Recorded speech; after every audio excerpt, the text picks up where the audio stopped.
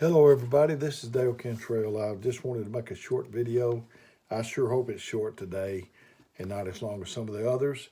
Uh, I want to start off by reading in Ecclesiastes 9, and I want to read verse 10 and 11. It says, "Wherefore, whatsoever thy hand findeth to do, do it with all thy might, for there's no work, nor device, nor knowledge, nor wisdom in the grave whither thou goest." It reminds me of Colossians 3:23. It says, "Whatever you do, do heartily as unto the Lord." And I equate it with if I was my wife fixed me a meal, and if I just eat it half-heartedly, it might not give her much incentive to fix me anything else anytime soon, since it's just me and her here. Um, so I try to eat heartily and let her know that I appreciate it.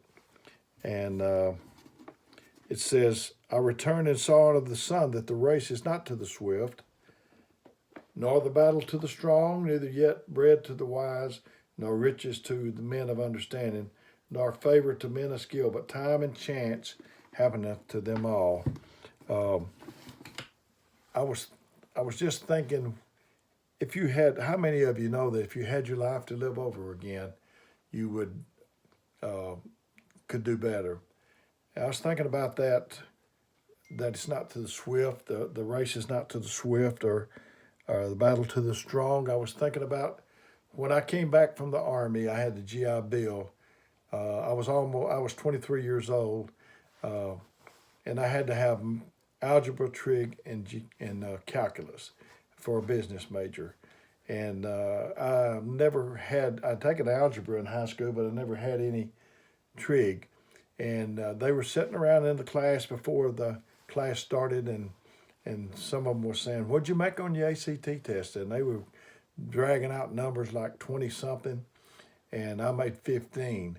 Then they said, "What did you make in high school in trig?" And they were saying A, A minus, B plus. I never took trig in high school. Uh, so I felt like, what am I doing in here?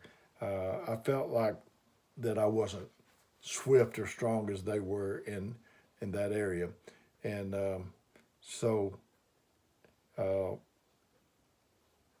I went on and I didn't withdraw. I took the class and I made the only A in the whole class. She rounded them up, curved them up to give somebody else uh, an A minus or whatever. But that taught me a lesson. You know, you could be, I've heard of people running marathons. And they said before the race started, people was doing all kind of things, and they was running backwards and just looked like it was going to breeze through. And they would think that, what am I doing in this marathon race? And to get down the road just a little piece, and there they would be on the side of the road, already dropped out. Um,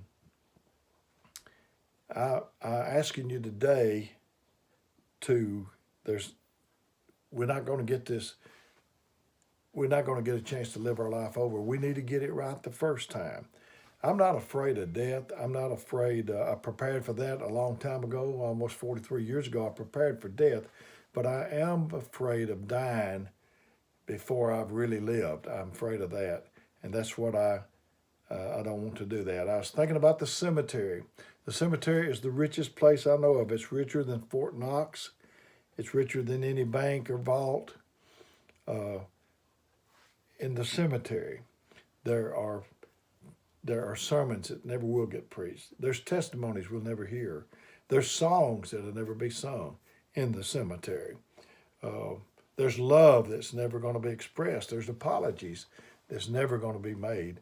Don't uh, don't go to the grave without doing what you're supposed to do. I guess that's my message today. I know a lady wrote a book about if I had my life to live over, I believe was the name of it.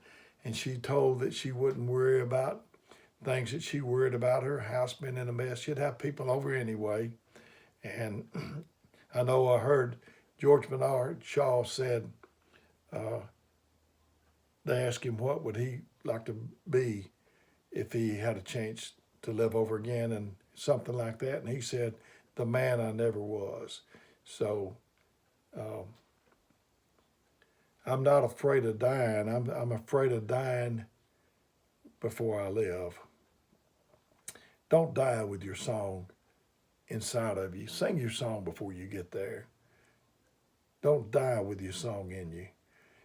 Wouldn't it be sad that if we lay on our deathbed and we could see the ghost of the talents that had tried to work with us down through the years, and they had tears in their eyes, we have tears in our eyes, and they're saying, we came to you, and we tried to work with you, but you wouldn't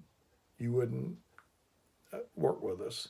And now we got to die along with you when you die.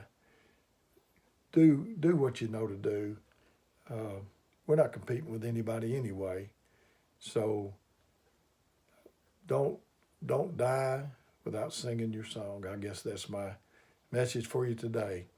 During the corona or when there's not a coronavirus, we need to do everything we know to do. We don't need to wait till tomorrow.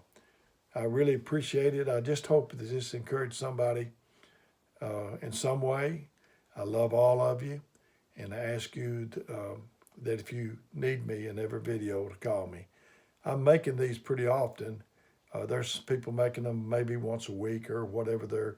It don't make any difference. I feel pressed to make these.